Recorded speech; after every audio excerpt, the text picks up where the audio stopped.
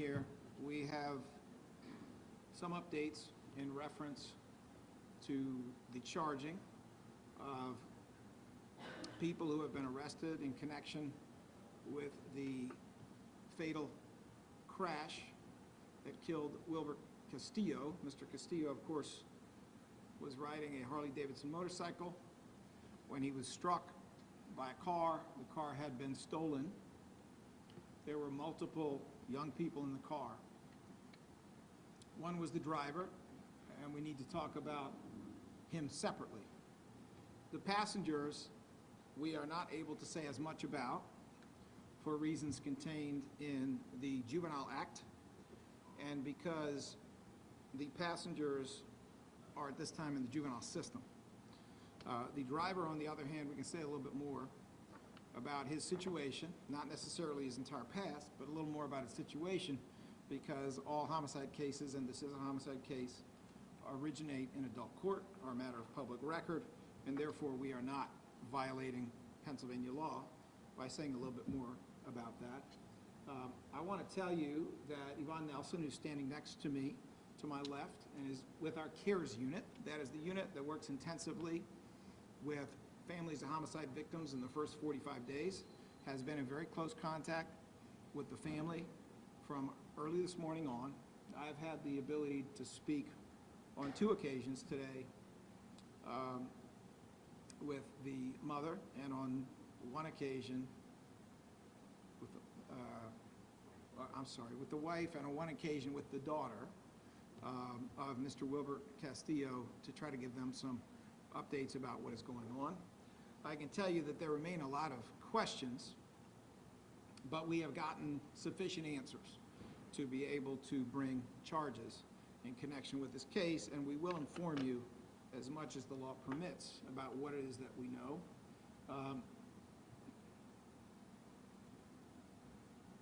I know this. I know this family is devastated.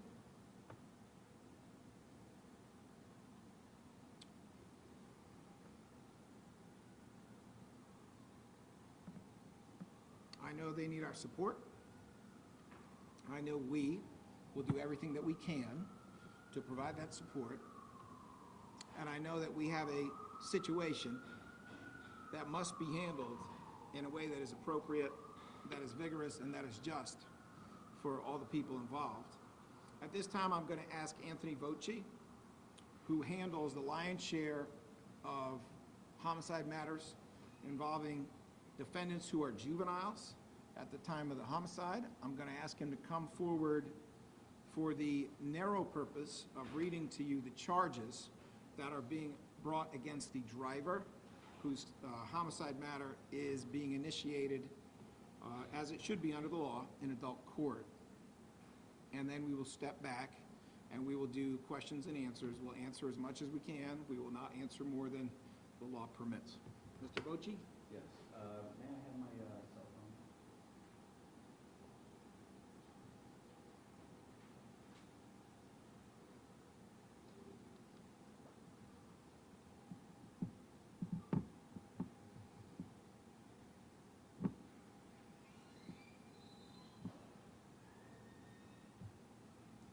Good afternoon, everybody. The defendant in this case is charged with 11 offenses, 8 of which are felonies. The lead charge is murder in the 3rd degree.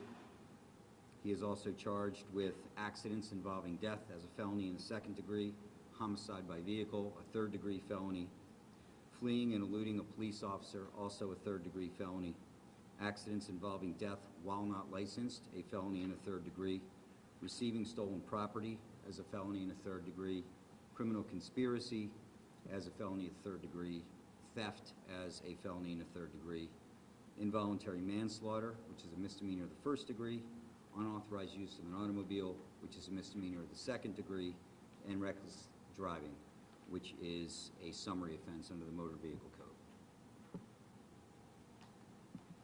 District Attorney Krasner. All right, if I may, I'm happy to take questions on this topic from all the journalists who are here, but with your permission, I'd like to go in the order that I have so I don't miss anybody. Rosemary Connors, Channel 10 NBC. DA Krasner.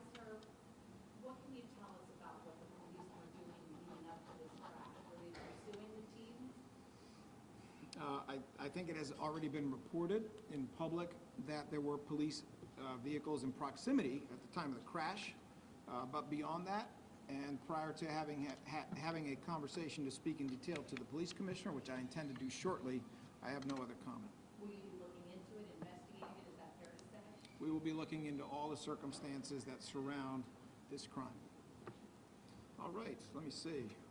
Alicia Roberts? District Attorney, we understand the vehicle was stolen. Can you tell us any of the events leading up to that car being stolen and that was set the scene as to why officers may have been, following this one?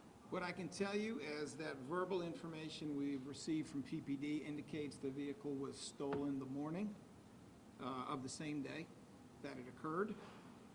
As I said before, we have a lot more questions than answers, but certainly we are hoping to get more information than what I just told you. All right, anything else?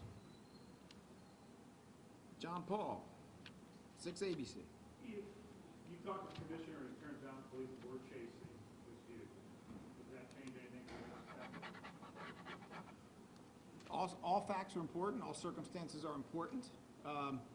There's a big difference between what PPD does to enforce its policies and its decision-making about whether or not there is any kind of a violation of policy, and what my office does when we determine whether or not a crime has been committed. There's also a big difference between the legal standard in civil court for some level of accountability and what my office does. My office has a fairly narrow lane, and that is whether or not a crime has been committed, but obviously every fact that we have goes into our evaluation of whether or not a crime has been committed. All right, Isabel Sanchez, Telemundo.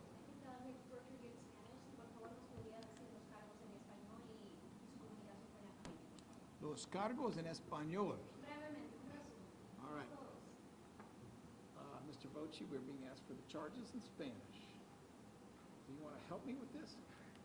I don't speak Spanish fluently enough to list those charges in Spanish, I can assure you that. All right, let me see what I can do.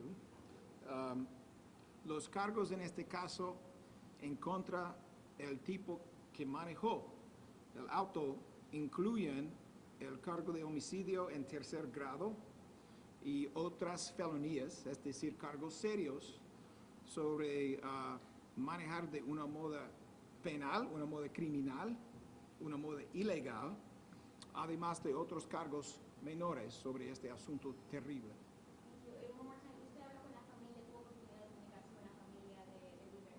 Sí, yo he hablado 2 veces hoy con la familia de Wilberto Castillo, incluso su mujer y una hija, y hemos discutido varias partes de esta situación. Es una situación terrible, es una familia que sufre mucho y han perdido el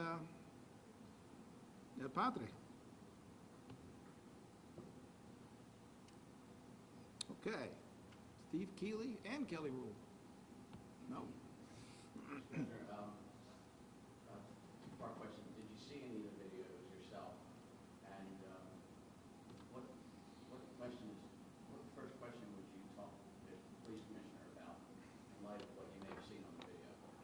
I can tell you that the video that I have been able to see, and obviously there are, 650 people in the office, I'm not the only one, but the video that I have seen is video that was in the news, that was available to the public. Your question about what I would discuss with the commissioner, I would discuss all aspects of this matter with the commissioner, and I would be open to any questions he has for the DA's office or any additional collaborative work that he would like us to do with PPD. Were you troubled by what you may have seen? I'm deeply troubled by the devastating consequences of this accident, and I think it is important that we find out all the circumstances that surround it. All right, let me see. Can I ask a question about the charges? So you said murder in the third degree and vehicular homicide. Was that doesn't normally hear just vehicular homicide. Can you talk about the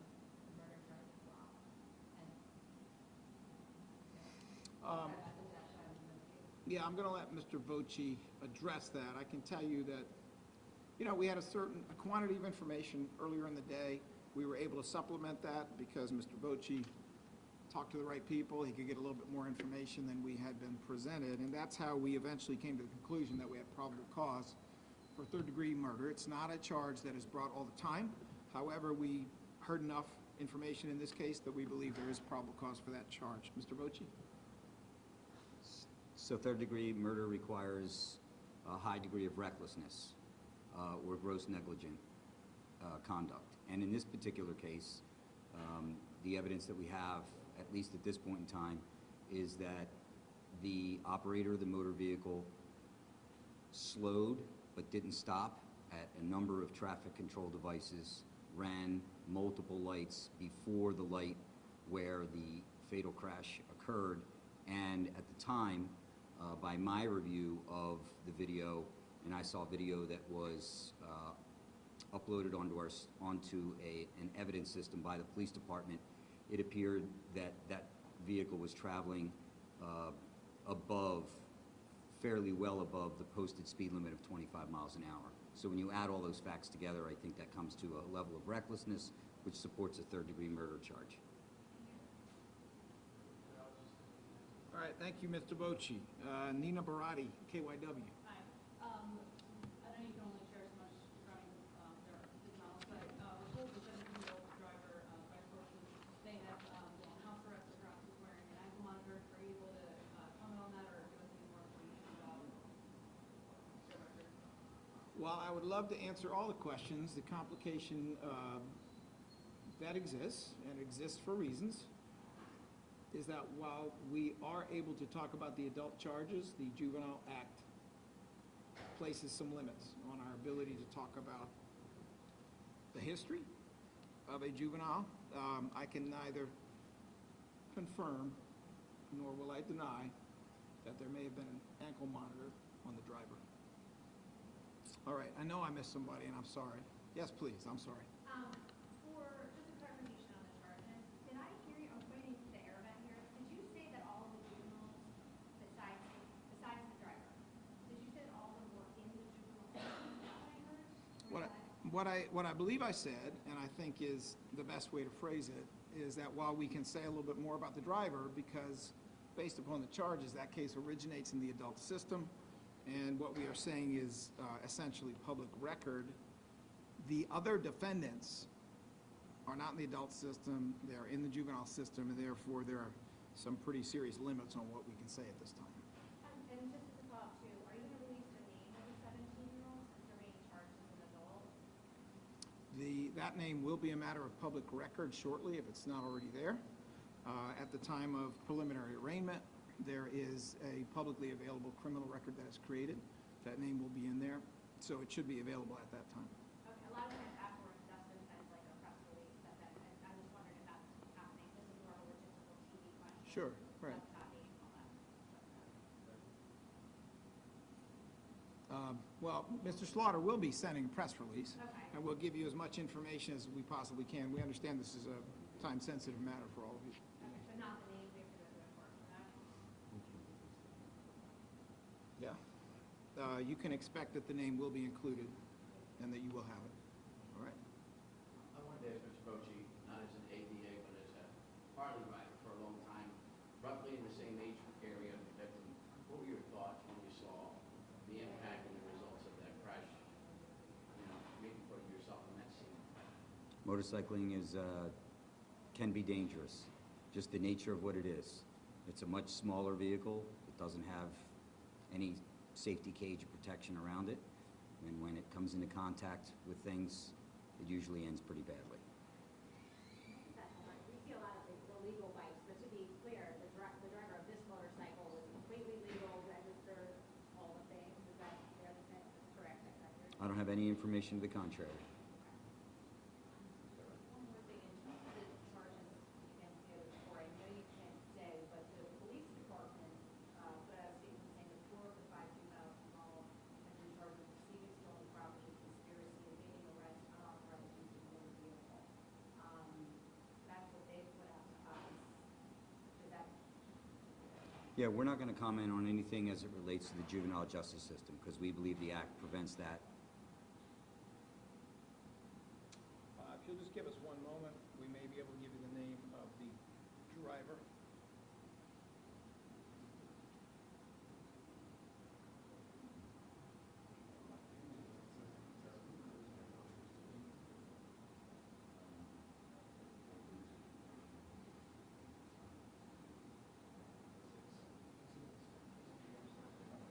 Go ahead and provide that. We are able to provide the name of the driver. The driver of the vehicle is Bryce Neely. Last name is spelled Neely. He is was born in December of 2006, making him approximately 17 and a half years old. B-R-Y-C-E, B-R-I-C-E, B-R-Y-C-E, I believe. N-E-E-L-Y. I believe. All right, thank you very much. We appreciate your patience.